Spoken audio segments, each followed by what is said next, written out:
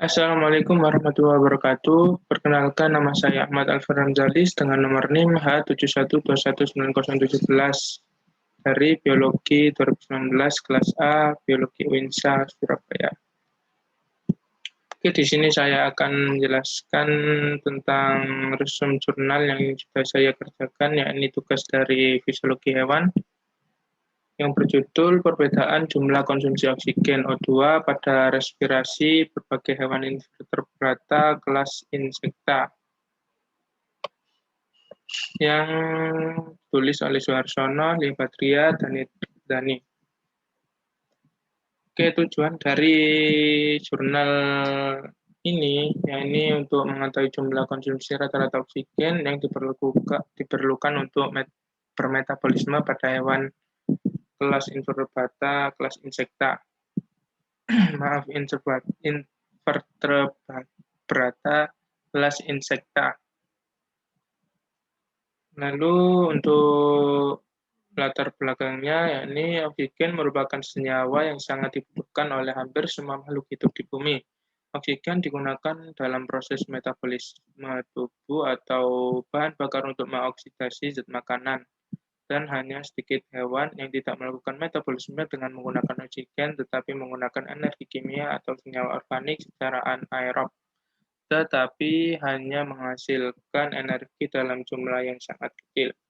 Metabolisme sendiri terjadi pada setiap waktu dan berbeda setiap jenis makhluknya, sehingga untuk mengetahui dapat dihitung laju metabolisme pada jenis tertentu. Laju metabolisme berkaitan erat dengan respirasi atau pernafasan, yakni proses pembentukan energi dari molekul makanan kompleks yang bergantung pada oksigen. Lalu metode penelitiannya yakni menggunakan metode eksperimen nyata atau true eksperimental dengan menggunakan rancangan acak lengkap atau RAL. Perlakuan masing-masing sampel yaitu dengan menggunakan beberapa spesies hewan yang berasal dari ordo berbeda, di antaranya jangkrik atau Gyrus acimis, belalang,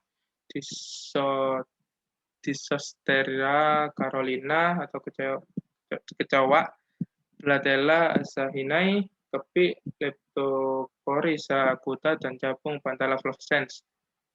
Teknik pengumpulan data Pengumpulan yang dilakukan dalam penelitian ini dilakukan dengan cara melakukan pengukuran volume terhadap gas oksigen yang dihasilkan pada tabung reaksi pada setiap sampel.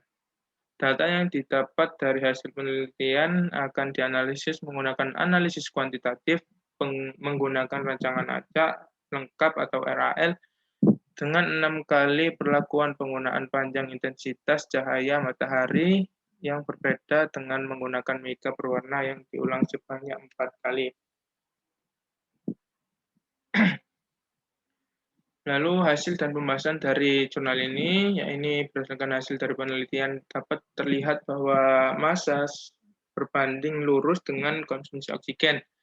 Dengan sedikit penyimpangan, hal ini dikarenakan berhubungan dengan luas area reseptor dalam proses biokimia seluler dan kebutuhan energi untuk menopang beban kehidupan seluler, sehingga semakin berat beban maka semakin tinggi respirasi.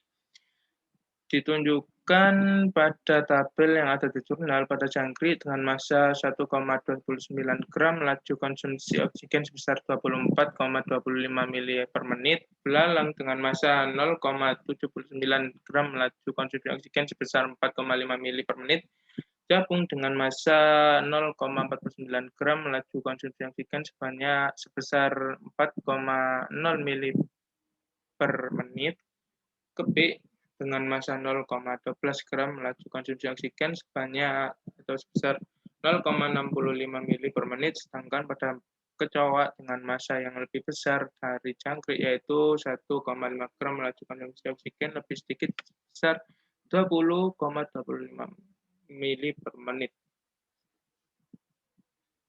Tidak hanya massa yang dapat mempengaruhi respirasi, tetapi aktivitas dari serangga itu dapat menentukan respirasi sehingga terdapat penyimpangan-penyimpangan di antaranya ukuran beban kecil tetapi tingkat respirasi tinggi.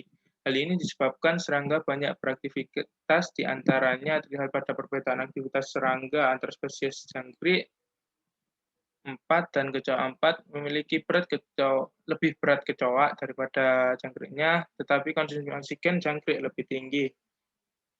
Parameter respirasi lainnya menyebabkan penyimpangan massa dan konsumsi oksigen adalah umur.